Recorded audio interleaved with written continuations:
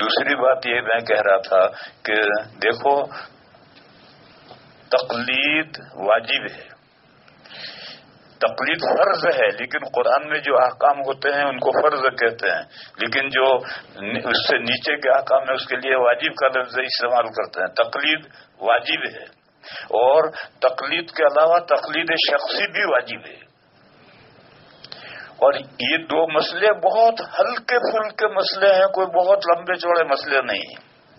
تقلید کیوں ضروری ہے؟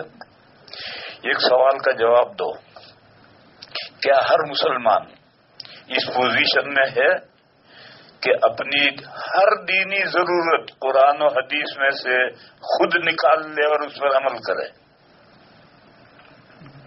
جواب دو۔ جواب یہ کہ ایسا ہر مسلمان اس پوزیشن میں نہیں ہوتا۔ سوال یہ تھا کہ کیا ہر مسلمان اس پوزیشن میں ہے، اس حالت میں ہے کہ اپنی ہر دینی ضرورت قرآن و حدیث میں سے خود نکال کر عمل کرے؟ اس پوزیشن نہیں ہے تو کیا کرے گا؟ دین پر عمل کرنا تو ہر مسلمان کو ضرورت ہے، ضروری ہے، تو جب اس ہر مسلمان اس پوزیشن میں نہیں تو کرے گا کیا؟ یہی ہے کہ جو دین جاننے والے ہیں ان سے پوچھ لیں۔ قرآن میں یہی فَاسْأَلُوا أَهْلَ الذِّكْرِ إِن كُنتُمْ لَا تَعْلَمُونَ، اگر تم دین کی باتیں نہیں جانتے ہو تو جو دین کی باتیں جاننے والے ان سے پوچھو۔ اسی کا نام تقلید ہے، اور یہ عقلی اور بدیہی مسئلہ ہے کہ ہر مسلمان اس پوزیشن میں نہیں ہے کہ وہ اپنے ہر دینی ضرورت قرآن و حدیث میں سے نکال سکے۔ جب نہیں ہے تو پھر کیا کرے گا؟ یہ آیت ہے فَاسْأَلُوا أَهْلَ الذِّكْرِ إِن كُنتُمْ لَا تَعْلَمُونَ، لہذا پوچھ کر عمل کرے گا، اسی کا نام تقلید ہے۔ پھر مسئلہ آئے گا کہ تقلید شخصی کیوں ضروری ہے؟ بھئی جو بھی دین جاننے والا ہے اس سے پوچھے۔ صحابہ کے دور تک تقلید شخصی نہیں تھی، تقلید شخصی صحابہ کے بعد تابعین کے زمانے سے شروع ہوئی۔ سب سے پہلے دو فکر بنے، حجازی فکر اور عراقی فکر، اور پھر حجازی فکر میں سے مالکی بنے، شافعی بنے، حنبلی بنے۔ صحابہ کے زمانے میں تو جو بھی دین جاننے والا ہے اس کو ملتے تھے، اس سے مسئلہ پوچھتے تھے، وہ بتاتا تھا، اس پر عمل کرتے تھے۔ اب معین شخص یعنی اسکول آف تھاٹ، ایک معین مکتب فکر کی فالو کرنا، پیروی کرنا ضروری ہے۔ ایسا کیوں؟ جو کوئی بھی دین جاننے والے سے پوچھ کر عمل کر رہا تو کیا حرج ہے؟ وہ بھی بہت موٹا سیمپل مسئلہ ہے، موٹا واضح۔ وہ یہ ہے کہ دین کا کیا مقصد ہے؟ جو اللہ نے دین نازل کیا ہے اور ان سے کہا کہ میرے اس دین کو قبول کرو، ایمان لاؤ اور اس دین پر عمل کرو، تو اس دین کا کیا مقصد ہے؟ اس دین کا مقصد ہے تدین، دیندار ہونا۔ اب اگر آپ معین مکتب فکر کی تقلید کو ضروری نہیں کریں گے کہ جہاں تیرا الو سیدھا ہو جائے وہاں سے مسئلہ پوچھا، بیوی کو 3 طلاقیں دے دی غصے میں، اور جب کہا کہ 3 ہو گئی تو غیر مقلد مفتی کے پاس گیا، اس نے کہا یہ ہوئی یا نہیں ہوئی، ادھر سے مسئلہ پوچھ کر اپنا الو سیدھا کر لیا۔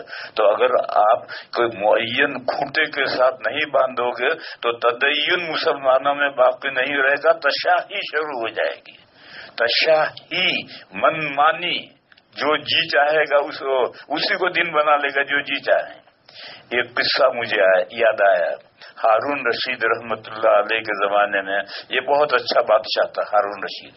اس کے زمانے میں ایک بندہ، ایک بڑا شخص، بڑا آدمی ایک کتاب لکھ کر لایا۔ اس زمانے میں کتابیں جب بڑی انوکھی کتابیں، بڑی کتاب لکھتے تھے تو بادشاہ کو پیش کرتے تھے، بڑا انعام ملتا تھا۔ تو بادشاہ کو جا کر پیش کی تو بادشاہ نے پوچھا بھائی تیری کتاب میں تو نے کیا لکھا ہے؟ تو اس نے کہا کہ میں نے اپنی کتاب میں ہر چیز کو جائز کیا ہے، اور میں نے فقہا کے جو اقوال ہیں، زنا فلاں فقی کے قول سے جائز ہے، اور سٹا فلاں فقی کے قول سے جائز ہے، چوری فلاں فقی کے اس قول سے جائز ہے، کیونکہ فقہا 4 نہیں ہیں، فقہا تو 40 ہیں۔ اور 25 مجتہدین کے نام ترمذی شریف میں ہیں. تو 25 بھی نہیں ہے، 25 نے 30 مجتہدین کے نام ہے ترمذی شریف میں. تو ائمہ تو 4 نہیں 40 ہیں.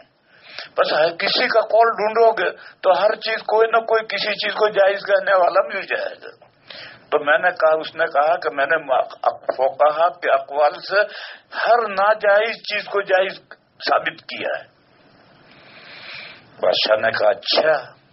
ایک آدمی سے کہا کتاب لے، اور لے کر اس کے سر پہ بجا، اتنا بجا کہ یہ ریزہ ریزہ چورا چورا ہو جائے.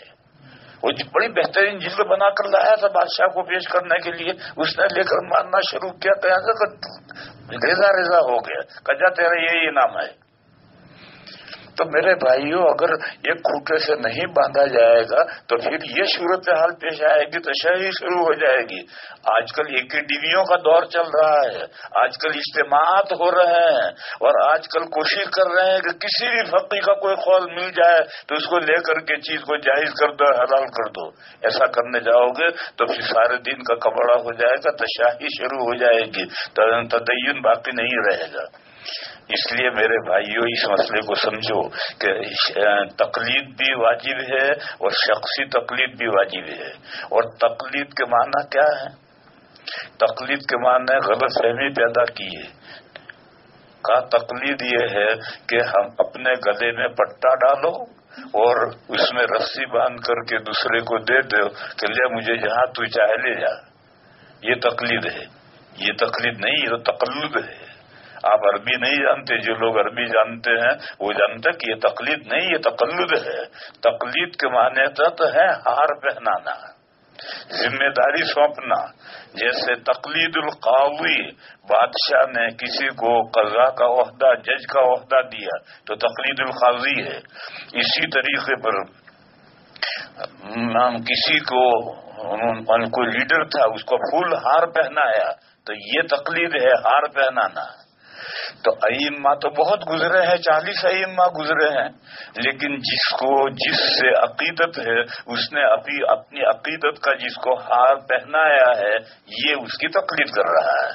کہ میں ابو حنیفہ کی تقلید کر رہا ہوں، یعنی میں نے اپنی عقیدت کا ہار ابو حنیفہ کو پہنایا ہے. میں شافعی ہوں، یعنی میں نے اپنی عقیدت کا ہار امام شافعی کو پہنایا ہے.